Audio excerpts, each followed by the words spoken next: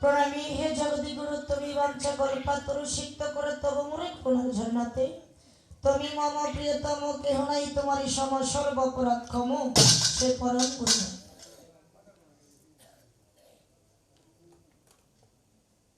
যেখানে যে কথা ছিল সেই কথাগুলা সুন্দরভাবে মীমাংসা করে আমাদের সবার মাঝে একটা ভাবের উদয় করেছে।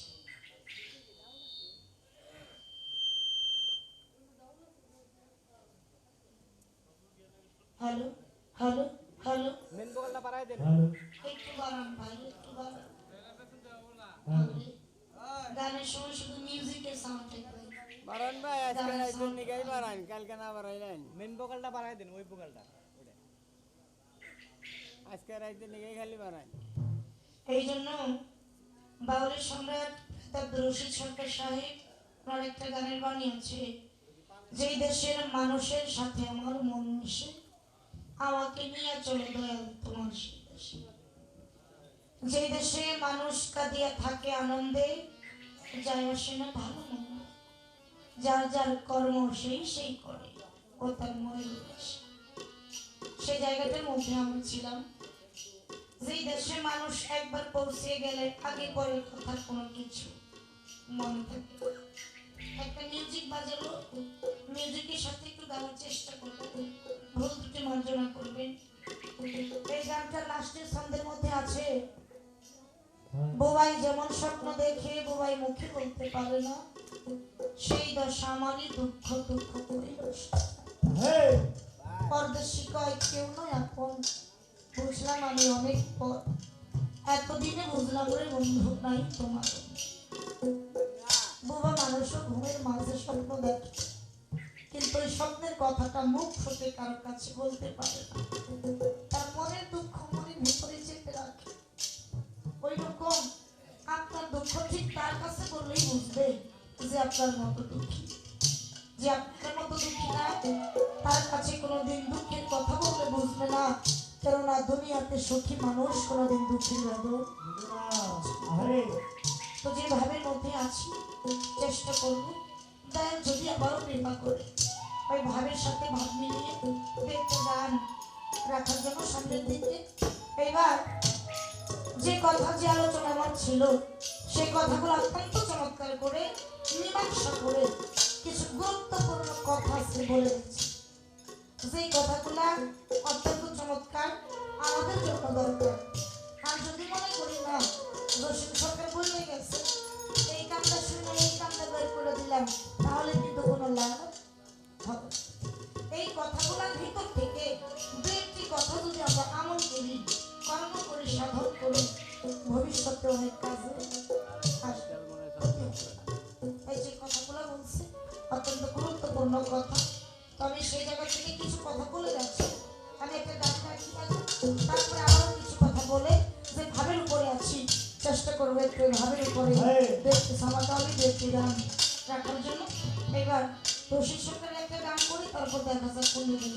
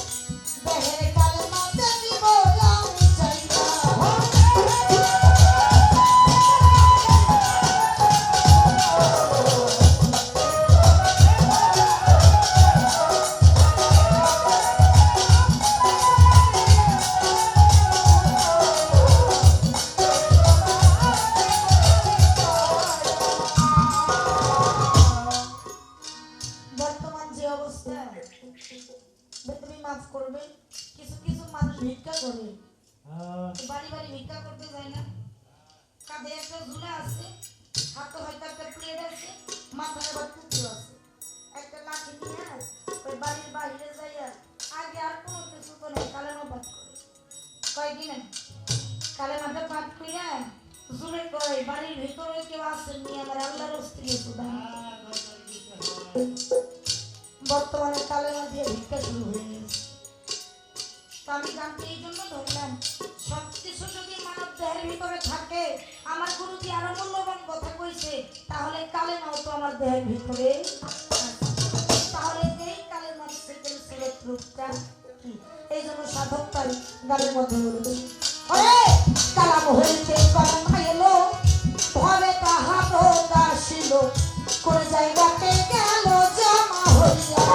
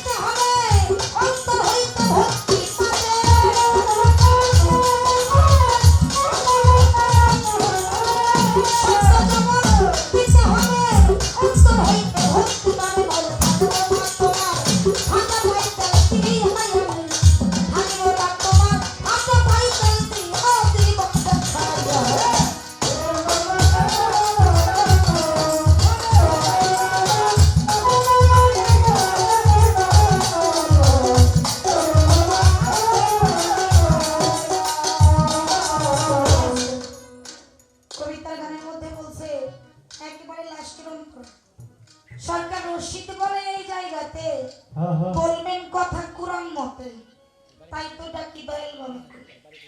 সত্য জবাব দিতে হবে, অন্তর হইতে ভক্তি পাবে, নলে থাকবো না তোমার ফাটা বাইটা। এটা কিন্তু আমার দোষ নাই, গান কিন্তু আমি লিখি নাই। গান লিখছে রশিদ সরকার, গানের মধ্যে কিছু হাকিগত আলাপ আলোচনা আছে। উনি যে ফাটা ভাইয়ের কথা কইছে, এই জায়গায় কিছু হাকিগত আছে। মূলত গানের মধ্যে যে বিষয়, যে কথা, এই কথাগুলোর হাকিগত কি, আসলে বিষয়বস্তু কি, এই জন্য এই গানটা আমি আমার মুর্শিদের চরণে নিবেদন রাখলাম। এর আগে যে আমার কথা ছিল, সেই কথা থেকে কিন্তু আলোচনা করতে করতে নামাজের কথা কইছে, নামাজের কথা কইছে না। এই জন্য এই গানটার মধ্যে আছে, কোন দরজায় উকি দিলে বাতিনি মসজিদের তো সামনে পেলে, কোন নামাজ হয় দরজা খুলিয়া।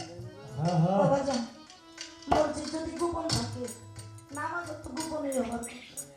কিন্তু কবি কইছে মসজিদটা গোপন, কিন্তু নামাজ হইতেছে দরজা খুলিয়া। এই নামাজও আছে, অজু আছে, সবই আছে, কিন্তু এই নামাজে কোনো সেজদা, এই সেজদা না থাকার কারণটা। আর এই নামাজটা কোন সময় কিভাবে আদায় করা হয়? একটা পাখি ইমাম হইয়া গুপ্ত নামাজ দেই পড়াইয়া অবশেষে 3 সাগরের পানি দেয় খাওয়াইয়া। পবিত্র কোরআনের মধ্যে 2টা সাগরের নাম আছে, কিন্তু রশিদ সরকার কইছে 3 সাগর। তাহলে 4টি সাগরের নাম কি? আর এই সাগরটা মানুষ দেয় কোন জায়গা? আর এই সাগরের পানি দেখতে খাইতে সুস্বাদুটা কিরকম? এই যে গানের ভিতরে যে কথা, এই কথার ভিতর থেকে আবারও যে কথা ভালো লাগে, সেই কথাগুলো যেন আমার মুর্শিদ একটু আলোচনা করে। এটাই হলো আমার গানের কথা। ধন্যবাদ।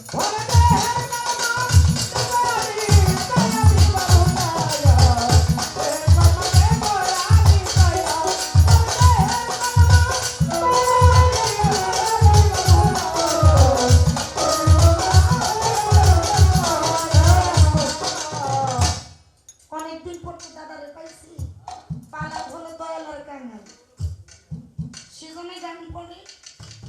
এই গুরু শিষ্য গুরু ভক্ত পালাটা বাদ দিয়ে অন্য পালাটা বেশি পড়ি। আজকে একটু কাছাকাছি পাইছি, বাড়ির কাছে, টাঙ্গাইলের মানুষ তো পাই না।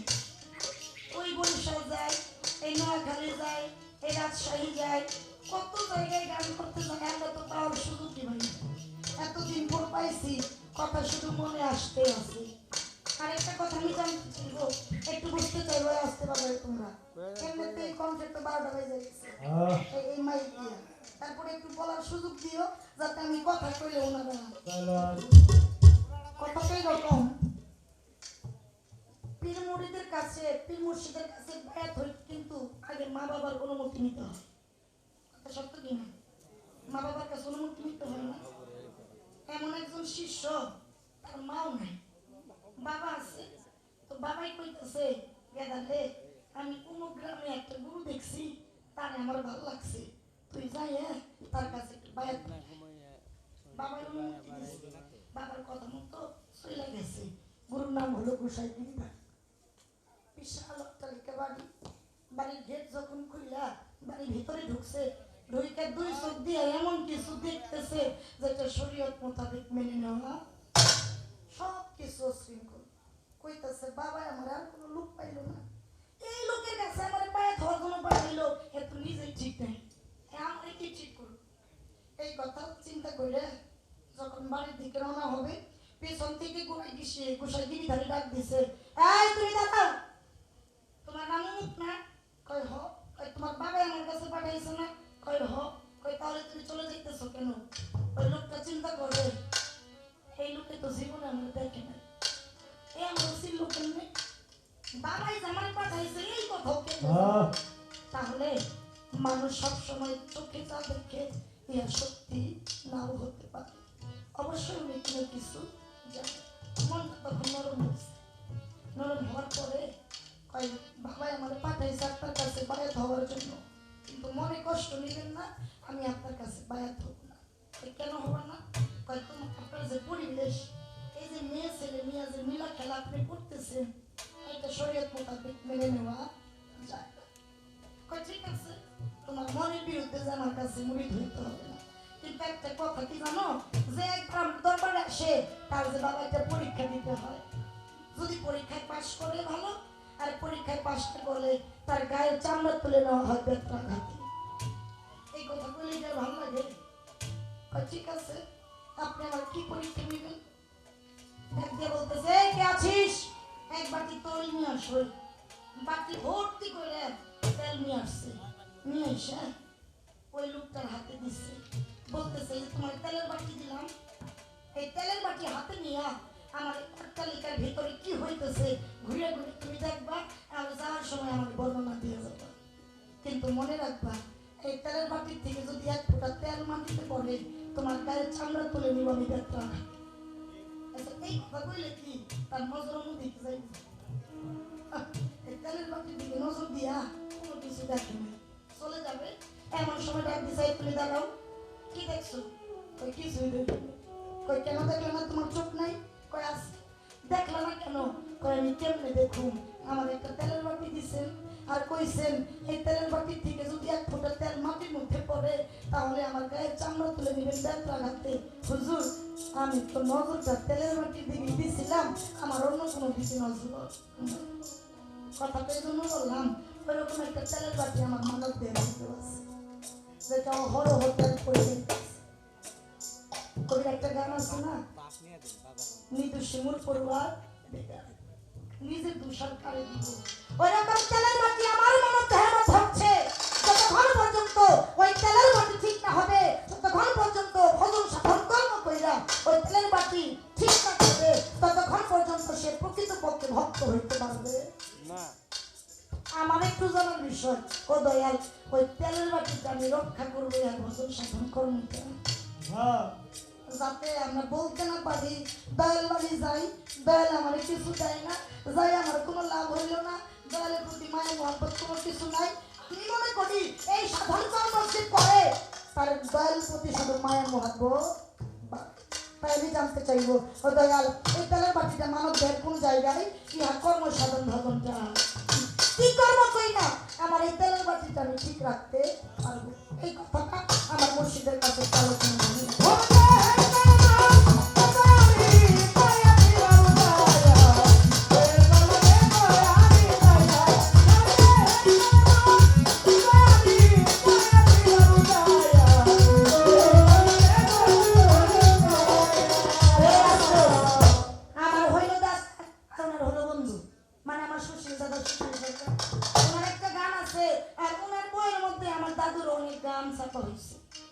একেবারে ক্লোজ বন্ধু ছিল। ওনার একটা গান আছে, খিল দিয়ে আসতে বন্ধ করছে, আসা যাওয়ার পর সেই পাইছে দয়ালের কাছ থেকে দেওয়া খেলা। আর যে খেলা কোথায় সে গ্রুপ থেকে বেশি দূরে থাকে।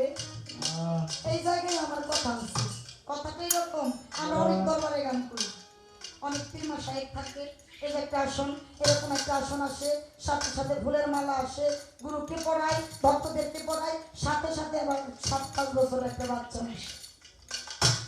যদি জিজ্ঞেস করি, ও বাবা, সবাইকে বুঝলাম চিনলাম, আপনার ভক্তবিন্দু, এই যে ছোট্ট একটা বাচ্চা, এই ছোট বাচ্চাটা কার?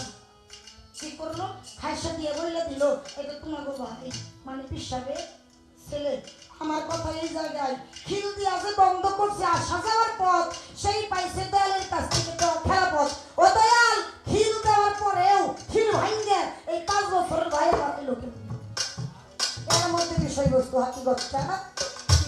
কারণ খিল দিয়া যে পর্যন্ত আসা যাওয়ার পথ বন্ধ না করবে, ততক্ষণ পর্যন্ত দয়ালের কাছ থেকে খেলাপথ পাবে না, আর যতক্ষণ পর্যন্ত খেলাপথ পাবে না, ততক্ষণ পর্যন্ত সে গুরু খাতায় নাম লিখাইতে পারবে। আমার এই 5-6 বছর ভাই কেমনি আইলো, এই খিলের বিবরণটা একটু দিয়া যাবে।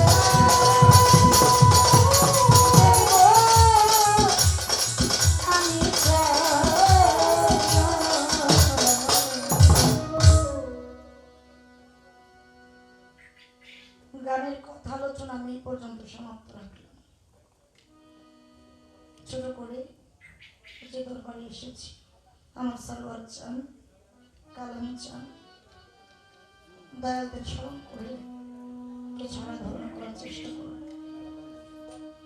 আসলে বাজান কি বলবো, জনমটা পেয়েছি মানুষ বীরের সরকার একটা গানের বাণী, আমার মানব কোলে জন্ম দিয়ে গুরু কেন বা ভবে পাঠালে, জনমটা আমার গেল বিফলে। আর সাইজি লালনের মুখে নইলে মোর দশা কেমন হয়, দয়াল আমি ওই চরণে তোমার দাস।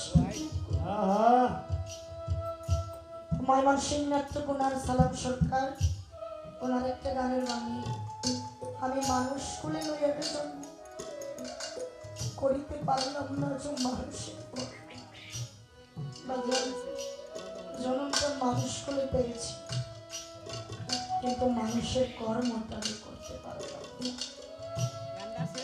আমার এই জনমটা আমি কোনোদিনও তো আমি মুর্শিদের চরণে অর্পণ করতে পারলাম না, জনমটা বৃথা চলে গেল।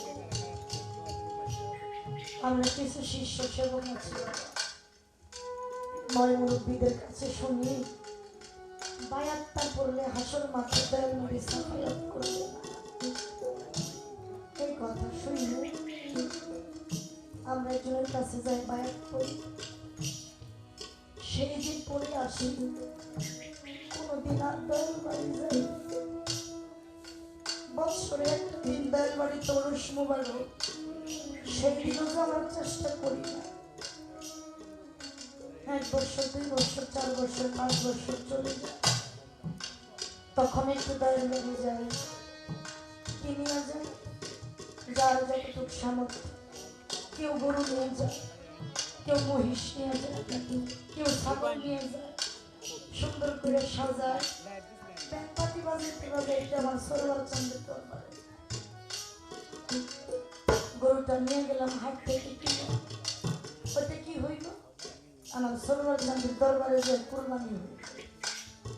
এলাকাবাসী বলল সরোয়ার চান্দের একটা ভক্ত আরে কত টাকা দিয়ে গরু নিয়ে আসছে, শুনি না গর্বে আমার প্রাণটা বইলে গেল।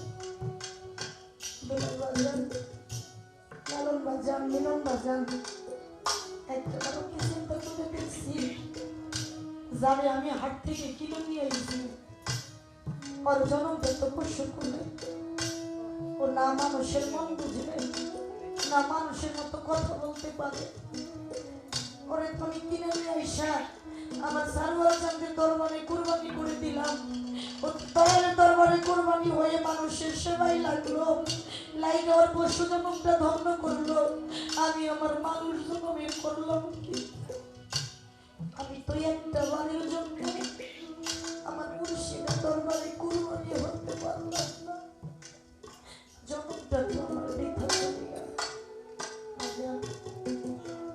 দয়ালের সাথে প্রেম করা, কথাটা বলা সহজ, করা অনেক কঠিন একটা ব্যাপার। বাজারের সাথে মুর্শিদের সাথে প্রেম করতে গেলে জীবনে অনেক কিছু ত্যাগ করতে হয়, অনেক মানুষের লোকনিন্দা সহ্য করতে হয়।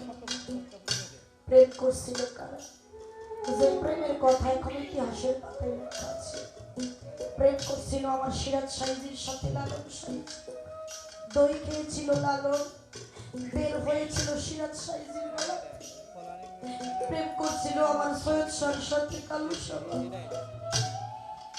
প্রেম করছিল বরিয়া বর্ষে তুলাচাঁদের সাথে নায়িকান্দারি ভ্রমর পাতলা, প্রেম করছিল বরিশাল দেলোয়ার শাহর সাথে সুলাইমান, আর প্রেম করছিল নিজামুদ্দিন আউলিয়ার সাথে আমির খুরশি।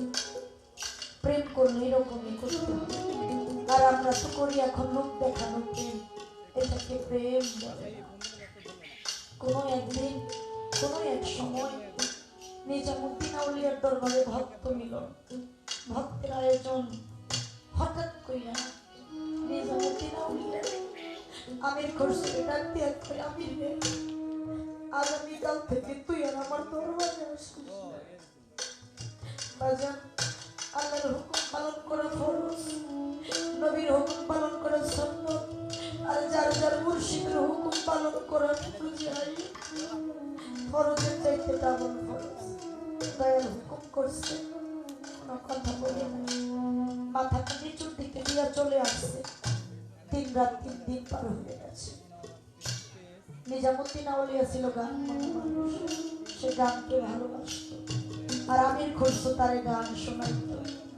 আমির খুরশু চলে যাওয়ার পরে তারে তো কেউ গান শোনাই না, গান শোনার জন্য মনটা ব্যাকুল হয়ে গেছে। ভক্তদের ডাক দিয়ে কইতেছে, ভক্তরা তোমাদের মধ্যে এমন কি কেউ আছে আমার একটু গান শোনাইতে পারো? আমার একটু গান শোনাও, আমার না অনেক গান শুনতে মন চাইতেছে। কেউ গান জানে না। অবশেষে একটা কাওয়ালি দল নিয়ে আসছে ভাড়া করে গান শোনানোর জন্য। কাওয়ালি দল গান করে নিজামুদ্দিন আউলিয়া দিতে দিতে সবই কিছু দিয়ে দেয়। অবশেষে পায়ের এক জোড়া মূল্যবান খরম জোড়া দিয়ে দিল। ফজর আজান পড়ে যাচ্ছে, কাওয়ালি দল চলে যাচ্ছে আমির খুরশুর ঘরের পেছন দিয়া। দুলাল চান ও মিলন চান, লালন চান, যে যারে ভালোবাসে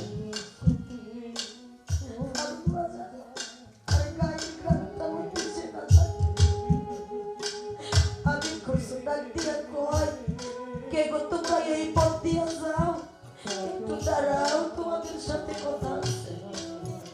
কাওয়ালি দল দাঁড়াইছে, জিজ্ঞেস করে তোমরা কই গিয়েছিলে? কাওয়ালি দল কয় আউলিয়ার দরবারে গিয়েছিলাম। আমির খুরশু কয়, ভাই গো তোমাদের কাছে কি আমার দয়ালের কিছু আছে? আমার কেন না জানি মনে হইতাছে তোমাদের কাছে আমার দয়ালের কিছু না কিছু আছে। কাওয়ালি দল কয়, ভাই আমাদের কাছে আউলিয়ার কোনো কিছু আছে তা তুমি বুঝলা কেমনে? আমির খুরশু কয়, ভাই আমি যে কেমনে বুঝলাম তা তোমরা বুঝবা না, তোমরা তো কাউরে ভালোবাসো নাই, তোমরা বুঝতে পারবা না। কয় আছে নিজামুদ্দিন আউলিয়ার একজন খরম আছে। বলে ভাই আমাদের খরমটা দিও। কাওয়ালি দল বলে না ভাই দিতে পারবো না, দিতে পারি যদি অর্থ দাও। আমির খুরশু কয়, ভাই আমার কাছে কোনো টাকা পয়সা নাই। কাওয়ালি দল বলে তাহলে খরমও দিতে পারবো না। আমির খুরশু ডাক দিয়ে কয়, ভাই একটা উপায় আছে। কয় কি উপায়? কয় আমার একটু বাড়ি ভিটে জমি আছে, যদি তোমরা চাও এই জমিটুকু দিয়ে আমার দয়ালের খরচ জোড়া করে দিতে চাও। আমি কি করবো এই জমি জমা দিয়ে যদি আমার সার্ভার জানি আমার কাছে না থাকে? কতটা ভালোবাসে দয়াল কিরকম করে। জমির বিনিময়ে খরচ জোড়া রেখে বুকে নিয়ে বলতেছে, আজকে খরমের উসিলা করে হইলো আমি আমার দয়ালের একটা নজর দেখতে যাবো। অনেকদিন আমি আমার দয়ালের দেখি না। আকাশে মেঘাচ্ছন্ন ঝড় বৃষ্টি হচ্ছে। নিজামুদ্দিন আউলিয়া ভক্তদের ডাক দিয়া কয়, ভক্তরা বাড়ির সমস্ত ঘেট বন্ধ করে দাও, কেউ যেন বাহিরে যে বিপদে না পড়ে। আমির খুরশু চলে গেছে, যাই ঘুরতে লাগলো, বাড়িতে ঢোকার মতো একটা রাস্তাও খুঁজে পায় না। অবশেষে দেখে নর্দমার একটা ড্রেন, ময়লা আবর্জনা বের হয়, এইটা ছাড়া কোনো রাস্তা নাই। দয়ালের খরম জোড়া রুখে দিয়া ওই ড্রেনের ভিতরটা মাথাটা যখন ঢুকাইয়া দিছে, পিঠটি যাইয়া সামনেও যাইতে পারে না, পিছনেও যাইতে পারে না, পানি আটকে গেছে। ভক্তরা চলে গেছে বাজার, দরজা পানিতে ভেসে যাচ্ছে। বলে হয়তো ড্রেনটার মধ্যে কিছু আবর্জনা পড়েছে, তোমরা ড্রেনটারে পরিষ্কার করে দাও। একটা বাঁশ চোখা করে নিয়া যখন ড্রেনটা পরিষ্কার করতে গেছে, একটা ঘা যখন মারছে আমির খুরশুর বুকের মধ্যে লাগছে। আমির খুরশু ডাক দিয়া কয়, ও বাজার নিজামুদ্দিন আউলিয়া, আমার হয়তো যাওয়ার সময় হয়ে গেছে, আমি চলে যাব, তাতে আমার দুঃখ নাই, কিন্তু ও বাজার শেষ বিদায় দেওয়ার আগে যেন আমি তোমার একটা নজর দেখে যাইতে পারি। আবার যখন ঘা মারছে আমির খুরশুর মস্তকের মধ্যে থেকে চূর্ণ বিচূর্ণ হয়ে শেষ নিঃশ্বাস ত্যাগ করছে। দৌড়ে গেছে বাজার।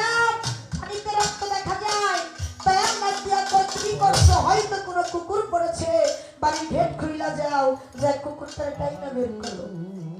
তরিকার ভাইয়েরা আসছে, আইসা দেখে কুকুর নয়, মানুষের দুটো পায়ের মতো দেখা যায়।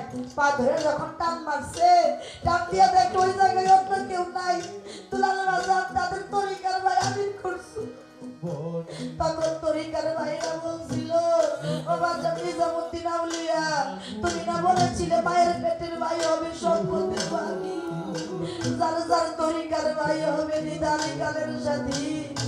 আমরা তো সেই ভাইকে হারিয়ে ফেললাম, নিদানি কালের সাথী হারা হয়ে গেলাম। আজকে আমি ভাই কোথায় পাবো? মিলন বাজার ও লালন বাজার, আমার দুলাল বাজার যার ভাই হারাইছে, সেই তো ভাই হারার যন্ত্রণা বুঝে। তাই তো এই জায়গায় বলছে কবিতা, ভাইয়ের জানে ভাইয়ের জানো।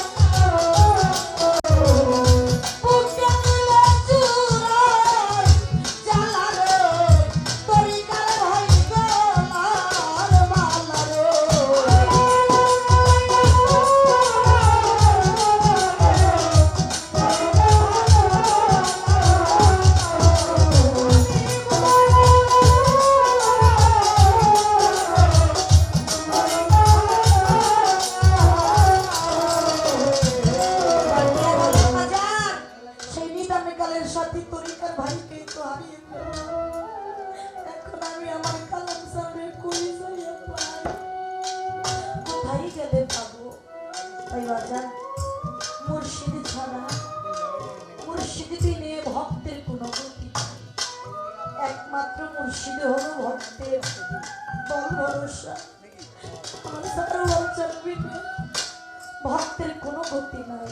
তাই তো কবি এই জায়গায় দাঁড়িয়ে দাঁড়িয়ে, ওরে তুমি